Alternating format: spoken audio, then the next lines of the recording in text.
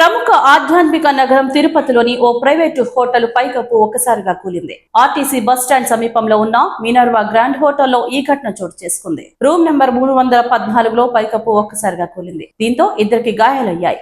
తిరుమల దర్శనం కోసం వివిధ ప్రాంతాల నుండి వచ్చిన భక్తులు ఒక్కసారిగా భయాందోళనకు గురయ్యారు. దీంతో హోటల్లో ఉన్న మిగతా వారిని ఖాళీ చేయించారు.